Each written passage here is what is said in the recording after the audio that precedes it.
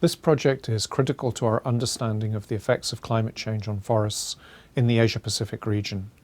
What we're trying to do is work out how our forests are going to change and inform managers of the types of actions that they're going to have to take to minimize the impacts of those changes. There's been a huge amount published on the effects of climate change on forests. There's actually been much less published in the Asia-Pacific region. A lot of the work is focused where the scientists are, and we have fewer forestry scientists working in the Asia-Pacific than in other areas. So there actually isn't that good information. The other thing is that the modelling that's been done of climate, particularly in Asia, is not nearly as good as it is in other parts of the world until now. With our climate AP model, we're able to actually work out what's going to happen with the climate in certain areas. That's never been available before, and it's now enabling us to actually look at what the effects of those changes will be on the trees and the forests.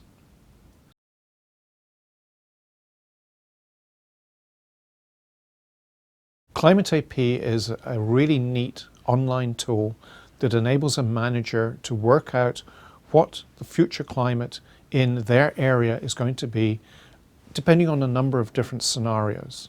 Those scenarios are models that are developed to try and work out what the climate will do under a given set of circumstances. For example, if we're going to control climate successfully, that will be a very different climate in the future to one where we continue doing as we've been doing for the last 10 years. So one will result in a major increase in temperature, one will hopefully result in temperatures being controlled. The climate modelling enables us to actually see what the extent of those changes are likely to be.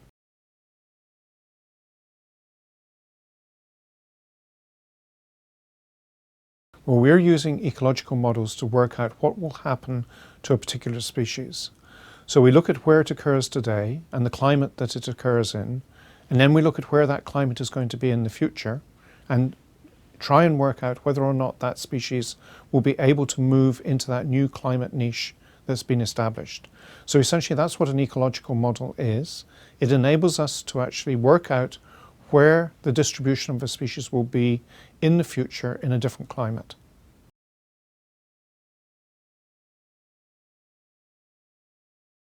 Those models are absolutely critical for decision makers because a decision maker has to establish what's going to happen in the future and how can they work with society to ensure the society is maintained. If, for example, we see a particular tree species changing its distribution, we need to make sure that the facilities that are used for processing that tree are actually going to be present where the trees are going to be present. Right now there's a balance. That balance has been tipped out of phase. And so we're trying to inform decision makers how to regain that balance in a future state.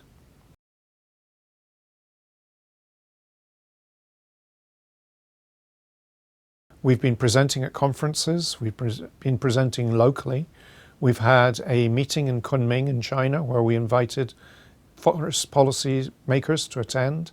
We'll actually be organising a session at the World Forestry Congress in a couple of months' time in South Africa, where we'll have a lot of policymakers attending. And so the idea is to get to as many of those policymakers as possible. We will also be organising training courses in the future and bringing those policymakers together to talk about the results and to analyse how they might best interpret them and use them. I would like to see us managing our forests more sustainably. Climate change is essentially a spanner in the works. We know quite well how to manage our forests. We don't know how we manage forests in future climates. This project is going to contribute to that understanding and will enable us not only to ensure our forests are well managed, but will enable forests to contribute to reducing the impacts of climate change.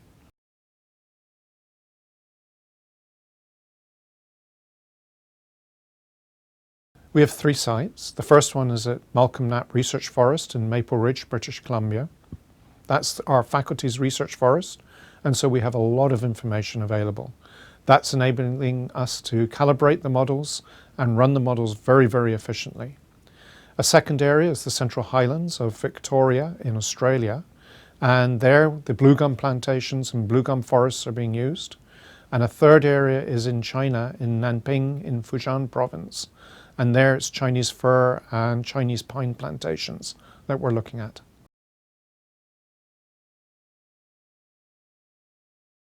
They're telling us a great deal. In particular, the most startling results are coming out of Australia, where we're seeing changes in the distributions of individual species. And some of the forests that currently are there are just going to disappear in the future. The climate is not going to be suitable for growing some of the eucalypt species that we currently see.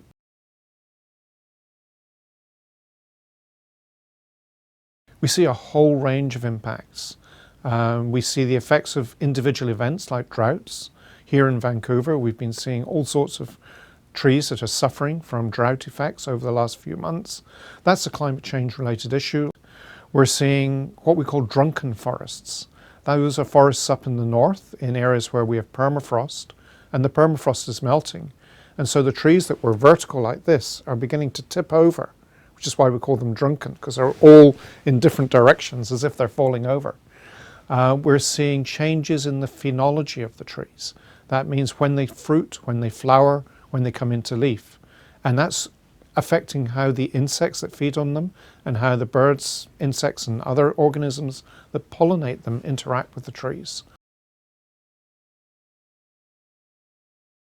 There's lots of changes. It depends how closely we look. If we're using a microscope or if we're just using our own eyes or if we're using binoculars. So it really depends on the scale that we're looking at. But things like growth, for example, we can't see growth changes in trees because it's so slow, but we know that those changes are occurring. We don't see changes in the way that processes are acting underground.